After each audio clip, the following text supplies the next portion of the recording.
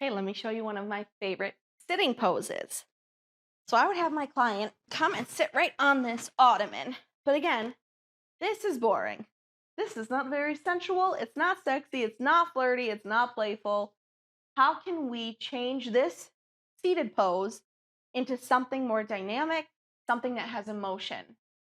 Well, we're going to start by bringing one hand back so that our client has something that they can lean on, because I am going to want them to bring their chest up towards the sky.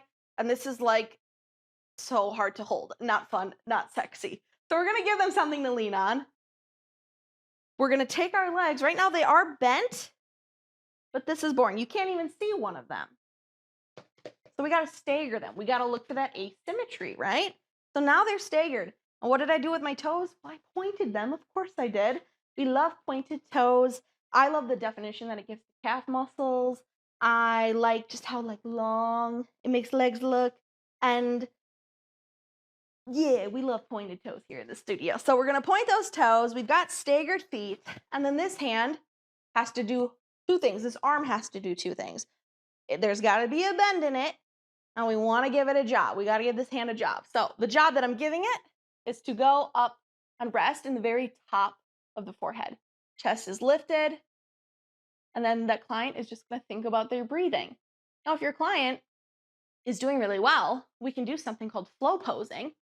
And you can have your client start in their hand or start in their hair, and they can move their hand across the face. You could go down the neck. We could go over the chest. And we could end up down by our knees.